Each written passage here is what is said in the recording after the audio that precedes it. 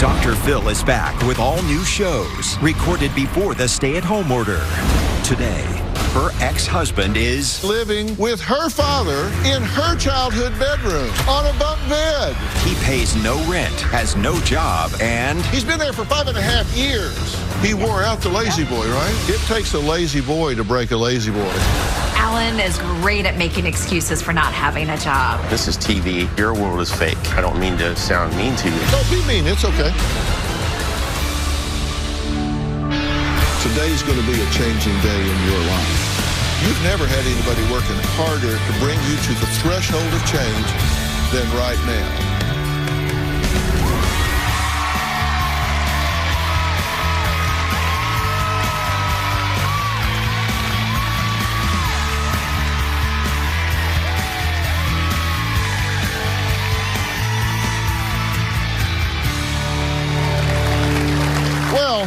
Now, Kelly was married to her now ex-husband, Alan, for 12 years, and they had 2 children together, Dylan and Lily. Now, Kelly says after the divorce, it became almost impossible to co-parent with Alan because, well, he just had a lot of excuses for everything. He didn't have a job, and he didn't have time or money to give. It became only a matter of time before Alan was evicted and completely down on his luck. Well, who did he turn to? Well, his former father-in-law, Kelly's father. His name's Shade, who let his ex-son-in-law move in. And now it's 5.5 years later, and Kelly says her ex has overstayed his welcome by living with her father in her childhood bedroom, on a bunk bed, in her room. Take a look. My ex-husband, Alan, is living with my dad. My dad took pity on him because he showed up on his doorstep and said, I have nowhere to go. That was 5.5 years ago, and he's still there. I thought I was helping him when I took him in. Now I realize I've really been enabling him to just continue sitting here watching TV. Alan is lazy, entitled, and he is unmotivated. He needs to get a job. Alan's like that old 48 Harley of mine out there. You got to kick it to get it started.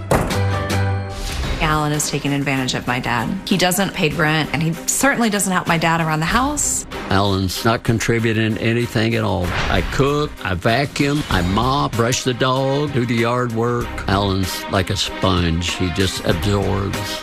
I can't stand Alan. He's sleeping in my childhood bedroom. How crazy is that? It is not appropriate for a 46-year-old man to live in a kid's bedroom.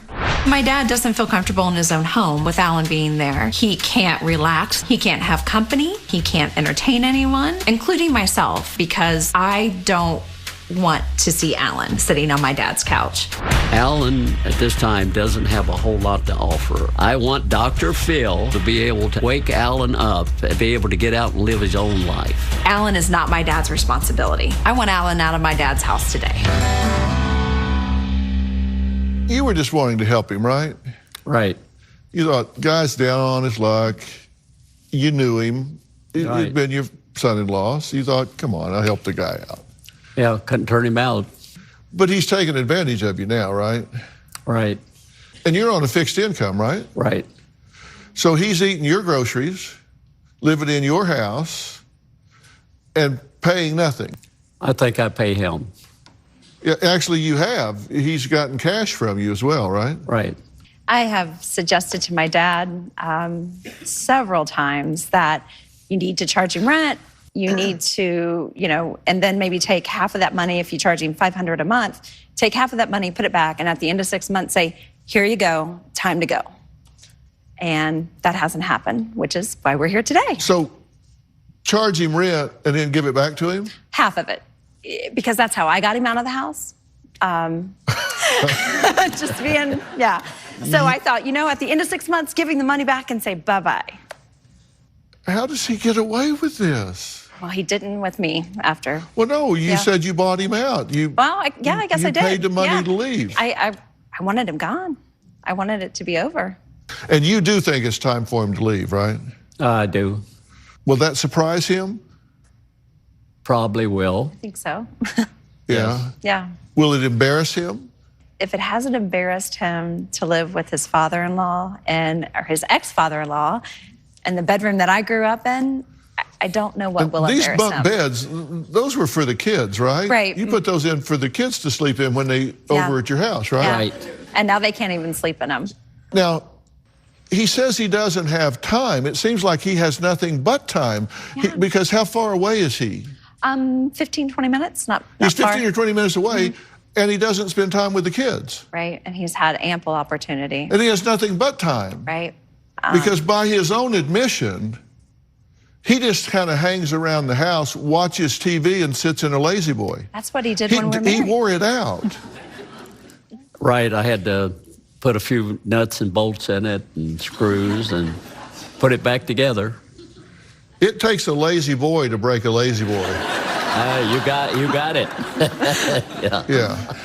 This is enablement of the highest order, right? I mean, you're not doing him a favor here. So don't feel bad when he gets kicked out, because you are going to kick him out, right? Well, I still wouldn't put him out on the street unless he had a place to live. It's not your responsibility. I know, It's not your but- responsibility. He is not your responsibility. All right, next, Alan's here, actually, and he's not staying here. He's leaving at the end of the day. We'll hear why he calls his living arrangement with shade the bachelor pad when we come back.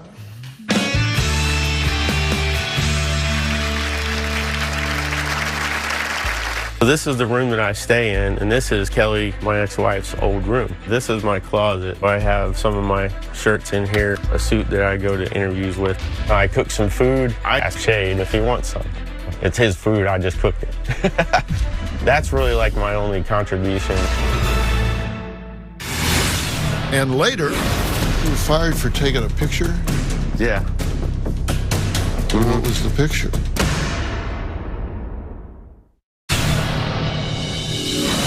Some people would say I'm pretty mechanical, fixing cars, keeping repairs up around the house. Alan is smart. He's what I reckon you'd call him a techie. But far as getting his hands dirty, Alan doesn't know his way around the toolbox. Last month, I spent around $300 repairing his van. It needed a cam sensor, a coil, and a new muffler. I paid for his car repairs so he'll have a car to drive when he gets a job. I had to repair the lazy boy chair because Alan sat in it too much. Alan is the only man I ever knew that wore out a lazy boy chair. Well, Kelly and her father, Shade, say they're concerned about Kelly's ex-husband, Alan, who has lost his way in life, but he found his way to her childhood bedroom, where he's been living not for a couple of weeks while he gets on his feet or a couple of months. He's been there for 5.5 years, supposedly while he's looking for a job. Now, Kelly says she wants her dad to confront Alan and make him get out. But Alan says Kelly has it all wrong. He says that he and Shade are just happily living together like a couple of dudes in a bachelor pad. Take a look. I know my living situation with Kelly's father, Shade, is a little strange. I think of our relationship as roommates, little bachelor pad. I've been able to live here, and it doesn't seem to pose a problem as far as us getting along or how nice he is to me. So this is the room that I stay in, and this is Kelly, my ex-wife's old room that she grew up in as a kid. So I'm sure the situation of me staying here stresses her out and makes her feel uncomfortable. So this is where I wake up every morning and start my day. As you can see, the walls on the bottom part are still pink. The bed here is a bunk bed, and I sleep down here. This is my closet. I have some of my shirts in here, a suit that I go to interviews with sometimes. And I believe this behind me is Kelly's wedding dress from when we got married. Awkward. So that is in the room here with me every day. One of the unfortunate things about how I have to live, half of my wardrobe is inside and then another half of it is out here still in my van. So I have laundry baskets full of clothing and various things from my old house before I lost it. If I tell you that I don't do much around the house, that's going to sound like I don't really want to. But Shade lives by a philosophy. He said the less you move around, the worse you're going to feel. He just likes to do things for himself. I don't know, I cook some food. When he's here, ask him if he wants some. It's his food, I just cooked it. That's really like my only contribution. So every day, my routine is I sit in the lazy boy, I recline, turn on the TV, and I start scrolling through my phone for anything from social media to job alerts. I spend all day and all night here. I'd like to move out of here and live on my own, but it just hasn't worked out that way. Well, Alan, welcome. Hi. You said staying at your ex-father-in-law's house for 5.5 years might be a little strange. Yeah. This isn't strange, this is weird. What are you doing at your ex-father-in-law's house, sleeping in bunk beds that were for the grandchildren? I don't know, feeling stuck, I guess. Now, you've been working some, you're very skilled, actually. Yeah. I mean, it's not like you're doing entry-level minimum wage jobs. No. You've decent worked. money. Yeah, you've worked a lot while you were there. You make no money right now. You make no money right now. Let's look at the history. Right now. Let's look at his past job history. And I did the math here, and for about 4 out of the 5 years that you've been living with your ex-father-in-law, you've been working. Yeah. But yet you have not consistently contributed rent, groceries, utilities, anything while you were there. Have you mowed the grass? Excuse me, if I need help, I know right where you are. Right here. I know right where you are. Oh, man. Getting back to my question, you worked 4 out of 5 years and didn't pay a damn thing. Why not? I paid some money. Very damn little. Right, okay. I felt like I was paying for what I was using. So you were just, you felt like you were covering what you consumed. Yeah, yeah. Has he carried his own weight over the last 5.5 years? No way. Okay, Alan has a list of reasons why he hasn't been able to get a job. Kelly just says they're not reasons, they're excuses. She's been really wanting to jump in here, and I'm going to let her do that right after the break.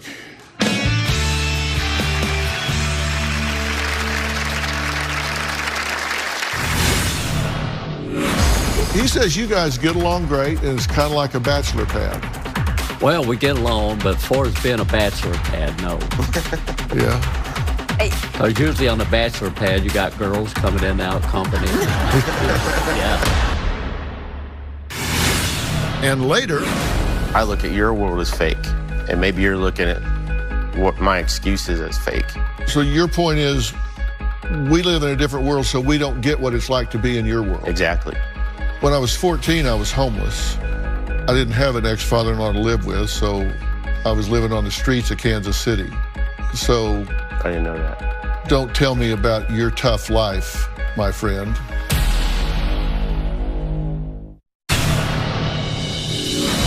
Co-parenting with Alan is inconsistent because he's undependable. I don't pick up the kids much after school anymore because with no income coming in, I really don't have the gas money.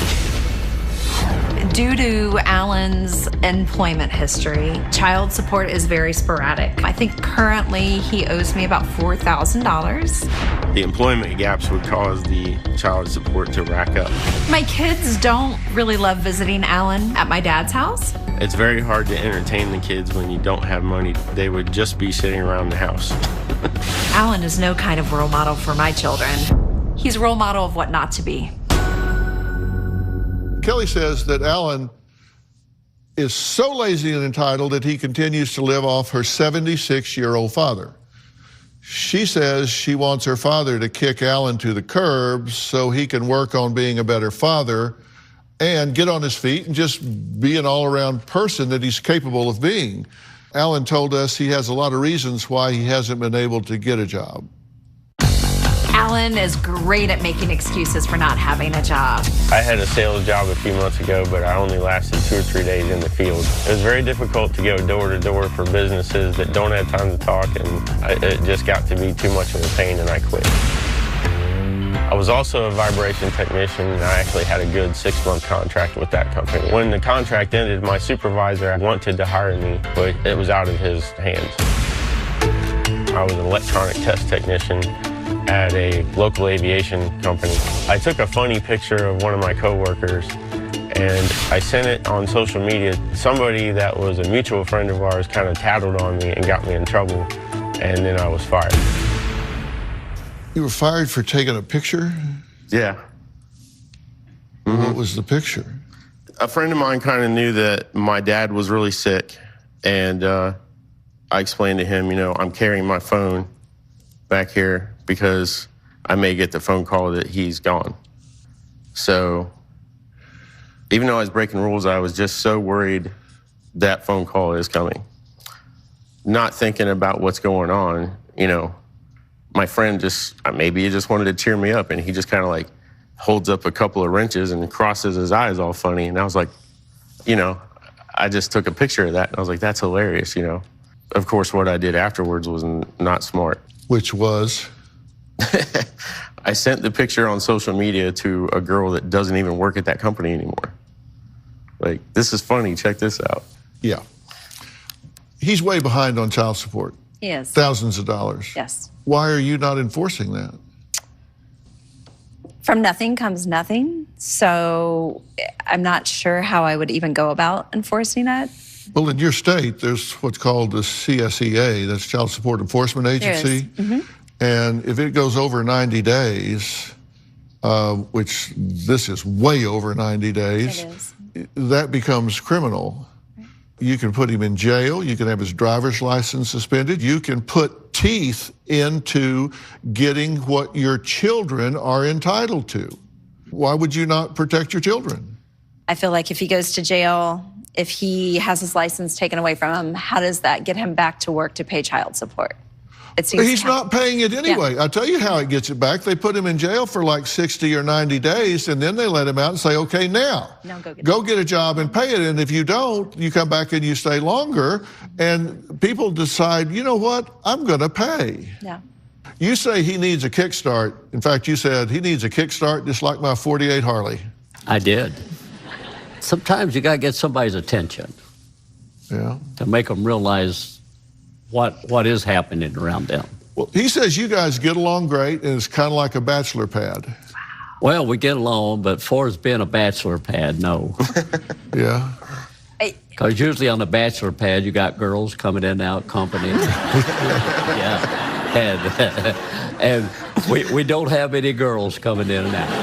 Well, Alan told our producers that he can't often see his kids because he has no money for gas. How far away are they? About 20 minutes. About 20 minutes, okay. Well, his kids are here. They have a lot to say about this situation. We'll hear from them right after the break.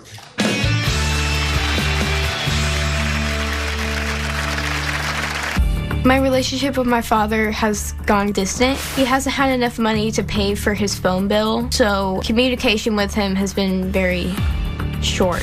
If my dad doesn't change, it's going to continually weaken our relationship.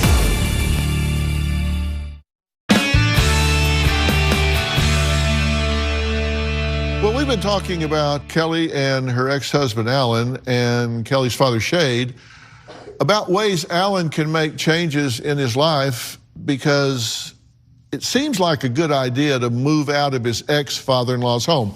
Kelly says Alan just really cannot start being an active father to their 2 children until he becomes more independent. Their children agree. They want a relationship, but they're really puzzled by this whole thing. When me and my brother go to Grandpa's house, it can be confusing to know if I should be hanging out with Dad or Grandpa, because whenever I go to Grandpa's house before my dad lived with him, it was like, oh, I'm here to see Grandpa, I get to spend time with Grandpa. And now it's like, I'm at Grandpa's house, but my dad lives here too. When I see my dad, I'd like to have some privacy with him, but often my grandpa is there, and rightfully so. So it's kind of hard to have that like father-son relationship. My relationship with my father has gone distant. I tried to like FaceTime him, call him, text him, but he hasn't had enough money to pay for his phone bill. So communication with him has been very short. I do remember when I was little, my dad went to Florida, and I asked him on the phone, when do I see you again? He just said he couldn't afford to get back at the time, and it took him about a month. I've been really missing my dad. Even though we might have not done much together, the presence of being with my dad was nice. If my dad doesn't change, it's going to continually weaken our relationship. I just hope that he knows that me, my brother, my mom, my grandpa, we're all doing this because we love him so much that we want him to be in a better situation. Well, Dylan, Lily, thank you guys for being here. Parents are the most powerful role models in children's lives. And this role model is kind of confusing, right? Yes. What do you think about this? It's just an awkward situation for us all. It's been a hard situation, and it's been going on for such a long time, and I just want things to change. What do you want to see happen here? I would like to see my dad move out of my grandpa's house and live on his own in a financially independent situation, and so he can take pride in his own life. Do you want them to be proud of you? Yeah. And you got to be proud of yourself. Right. And you're not. No. I mean, you don't like what you're doing, right? No, I sit around and cry about it a lot. You can do better. You know you can do better. But it is tough. And I get that. It's tough because you're sitting at home and you're kind of just in a recliner and the TV's on, and it's hard to get dressed and get out there, and you don't know how to get started, and it's inertia. Right. It's just stagnation. But I have a solution to this. I'm going to add Coach Mike Baer to the mix here. I asked him to meet with Alan yesterday and discuss why he's having such a difficult time turning around his life. We're going to take a closer look at what happened right after the break.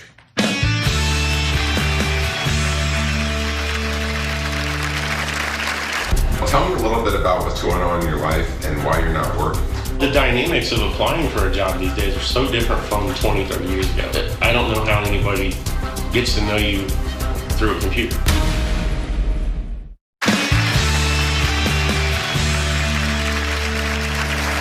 Five and a half years ago, Alan was having financial troubles and moved in with his former father-in-law, Shade. Now, 46 years old and not paying bills or contributing significantly to the living situation, he's still there. And I really wanted to dig deeper with Alan, and so I called on Mike Baer. I consider him the best at helping people maximize their true potential. Let's take a look at what Mike and Alan talked about when they sat down together. They call me Coach Mike. Okay. I'm a life coach, and Dr. Phil asked us to sit down and have a conversation. Right. See where I could maybe be helpful. So, Alan, tell me a little bit about what's going on in your life and why you're not working.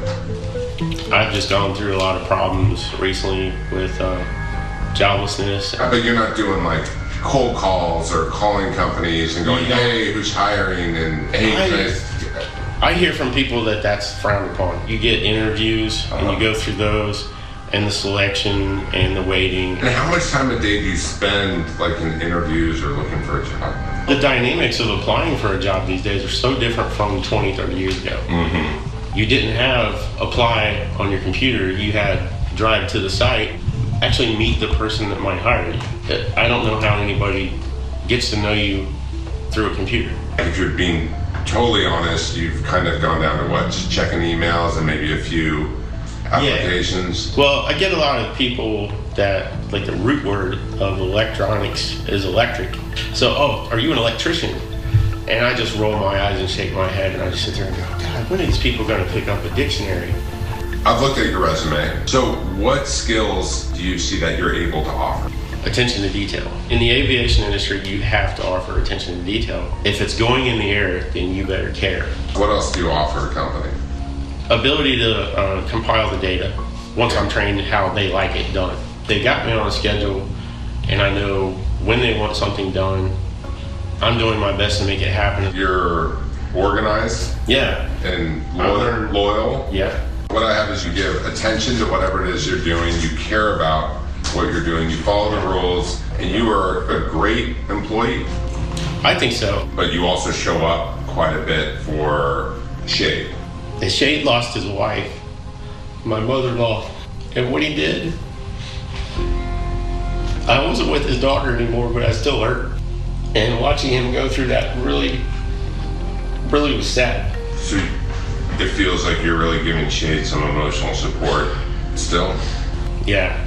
So tell me about your relationship with your kids. What is kind of your vision for being a dad? If they have the free time on the weekends, I want to go do something fun. Take them out to eat, go see a movie. But your vision for your dad is being able to take care of your kids financially. Myself as a dad. Right. Yourself as a dad. What about emotionally? I kind of feel like my kids are so independent that it's not that they don't want to talk to me, it's just they're really well versed in dealing with anything. Coach Mike, thank you for being here. Thank you. Now, you didn't buy a damn thing he was saying, did you? No. This is one of the hardest assessments that I've had to do because I was going along your narrative to see where we kind of ended up, and we ended up in just Excuseville. It's funny that you say that to me, and I'm not trying to be disrespectful to you, but I mean, I'm a person that lives all the way over in Ohio, and this is TV, and, you know, I kind of feel like I look at your world as fake, and maybe you're looking at what my excuse is as fake. I don't mean to sound mean to you, but it's like, Don't be mean, it's okay. Yeah, I can take it. Tell me, what is fake? I sit at home and I'm like, I don't know those people. What are they like, you know? I've never met you. And your point is? Just like if my life is hard, I have a harder time getting up and taking care of that because, you know, I'll just get stuck in depression about it or trying not to think about that, so I'll do this. So your point is, we live in a different world, so we don't get what it's like to be in your world. Exactly.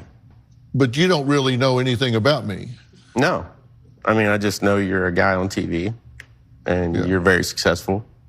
You had to do a lot of things to get that success. So you always had momentum, and that's, you know, maybe you didn't ever go through anything that stopped you. No, of course not. It's always been smooth sailing for me. Well, give me some examples where you felt like stopping. When I was 14, I was homeless.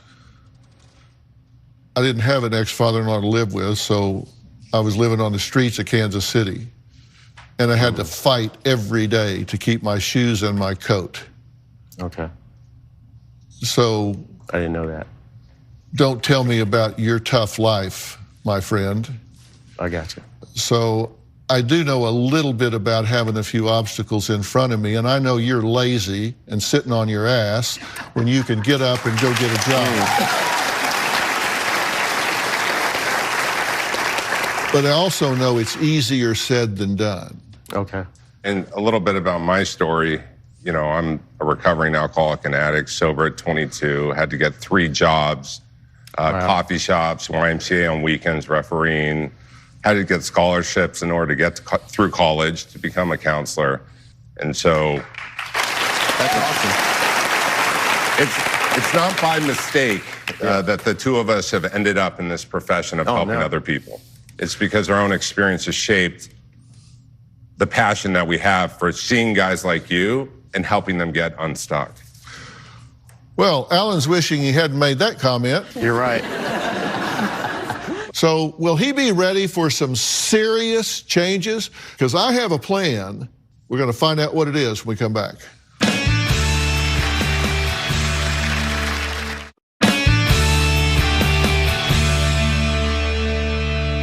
I strongly suspect that you are depressed.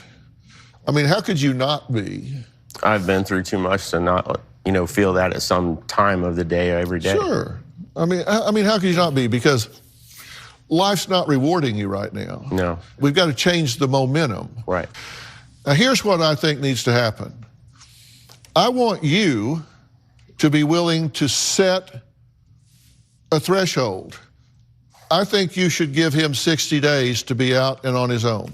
That's ample time for a life coach to get with him, help him with his resume, help him with contacts in the industry, help him get a job, help him find a place where he can get enough money to make a deposit, move in.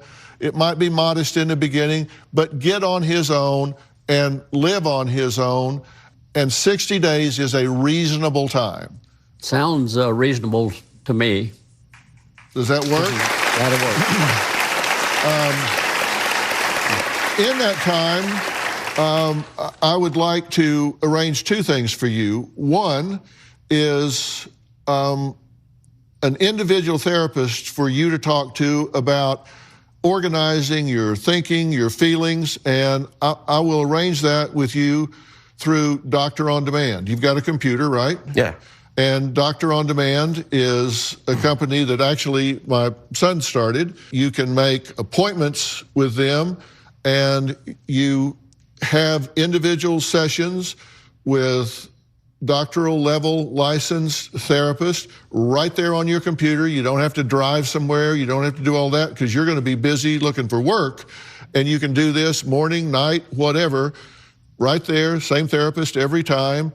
And you will assign him a coach, correct? And this coach is somebody that will work with you every day to make a step-by-step plan and hold you accountable. Yeah, and the good thing about coaching is it works. If you work with a coach and you set a plan and you decide, I'm going to do what my coach and I are talking about, because they're really just a thinking partner and holding you accountable, it will work. You will be out of the house in 60 days. Okay. Guarantee. Yeah, you set that plan, and it doesn't have, you don't have to move into 10,000 square foot mansion in the hills somewhere. No. You need a place that's your own. 5 and then would be good. And then you build from that. You build from that, right? Yeah. All right, fair enough? Yeah, that's okay. fair. This will work. You're going to see changes here, and you support that. Absolutely. You're pulling for him. Yeah, and you're very gracious to be that way. I mean, I want the best for him. You know, I've been able to move on since our separation, and I have a great, happy life, and I want the same for you, because your kids need that, and they deserve to see that. Right. They'll be cheering you on. And every day you'll feel better about you, and it'll just build. Okay, now, by the way, if you at home want to have your own Doctor On Demand, go to Google Play Store or the iTunes App Store and download the Doctor On Demand app. Coach Mike, thank you so much for being here and doing that. Don't forget to check out his new podcast, the Coach Mike Podcast. And you can also pick up his New York Times best-selling book called Best Self, Be You Only Better. And by the way, everybody in the audience is going home with your own copy. All right?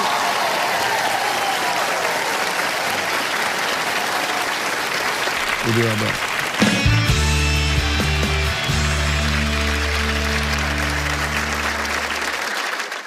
Most people have physical pain now and then, like a headache or a backache, and it's usually temporary. But my next guest, Mike, has lived with chronic pain for over 10 years. His back, neck, shoulders, hands, and knees are riddled with osteoarthritis.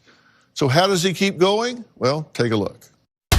I suffer from chronic pain all over my body. The more I do, it just intensifies. I definitely live a life in pain every day. I still do physical activities just to stay loose so I don't tighten up. I don't think about how bad it hurts until, like right now, they're killing me. I really wish Mike could help me, but he just doesn't feel good. I don't like watching Jenny do the things that I should be doing. That hurts. It shouldn't be that way. My chronic pain has limited my activities with my family, and it's made it difficult to be the person I want to be. It's made it hard, really hard. I'm not going to let pain decide what I do and who I am. Chronic pain, it's part of my life, but it's not my life. Nobody asks for chronic pain. It's not fun.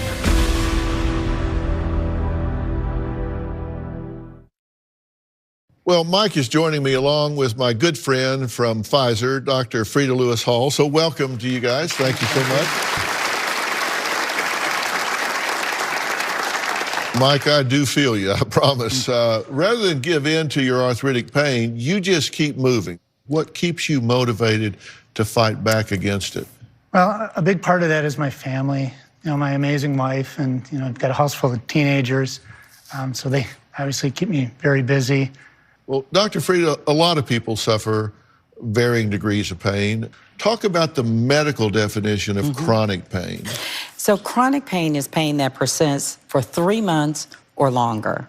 Now, it can affect you 24/7, or it can come in waves of varying intensity. About 100 million, or 1 in 3 Americans, live with chronic pain. That number is more than people who live with heart disease, diabetes, and cancers combined. And some of this pain is linked to known underlying medical conditions like diabetic nerve pain, chronic low back pain, fibromyalgia, osteoarthritis like Mike has.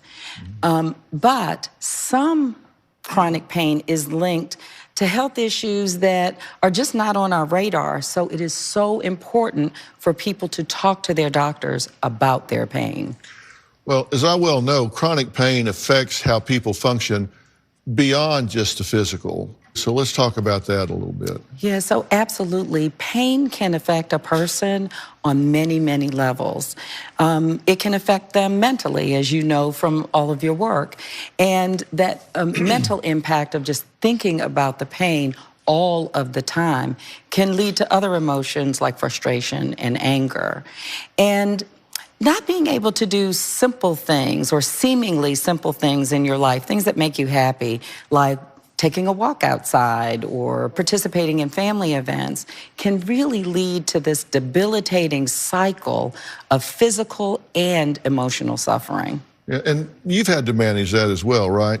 Sometimes it gets very frustrating, doing things that I used to love doing, golfing with my buddies or just jumping on the trampoline with my boy. Doctor, we know that chronic pain is a complicated health issue, so break it down for us because it involves a lot of symptoms.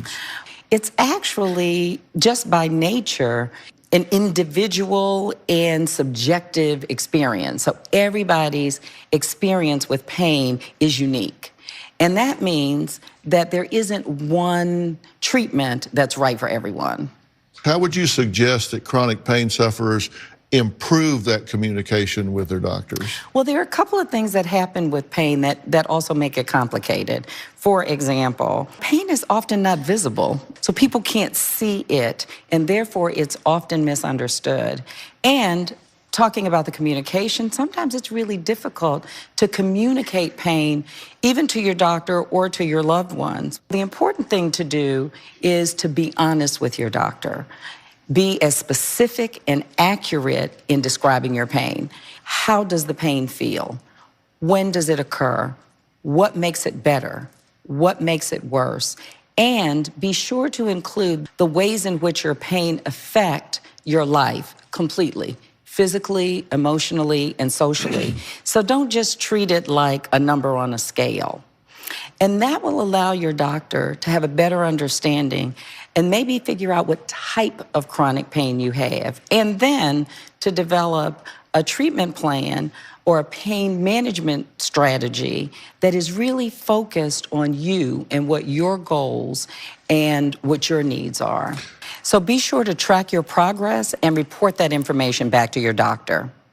So to learn more about chronic pain and find tips to managing it, I recommend that you go to gethealthystayhealthy.com. While you're there, you can download a chronic pain questionnaire and sign up for the newsletter. Yeah. Look, I want to thank all of my guests today, especially Dr. Frieda Lewis Hall. Have you subscribed to my podcast, Fill in the Blanks, yet? If not, why not? I have tips and information on everything from relationships to self-improvement, as well as in-depth conversations with people from all walks of life. Celebrity friends, the world's top experts in every field imaginable. And also check out Robin's podcast, I've Got a Secret. She shares every secret, so it's really not a secret, to help you feel empowered and informed to live your happiest and healthiest life. I've also just helped launch my good friend Mitch Albom's new podcast called Tuesday People, inspired by his great book, Tuesdays with Maury. So you can subscribe to all 3 podcasts for free on Apple Podcasts, Stitcher, your favorite podcast app. We'll see you next time.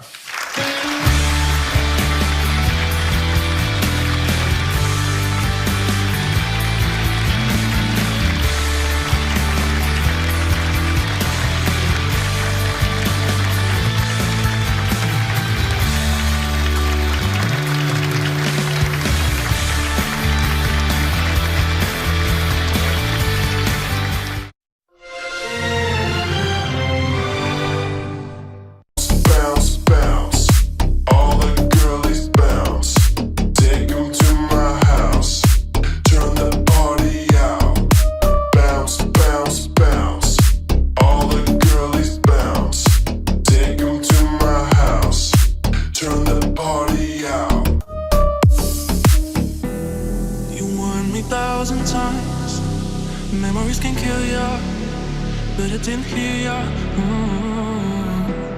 I thought that I could fly, but woke up on the asphalt. I swear there was the last time. I've always been naive. Call it.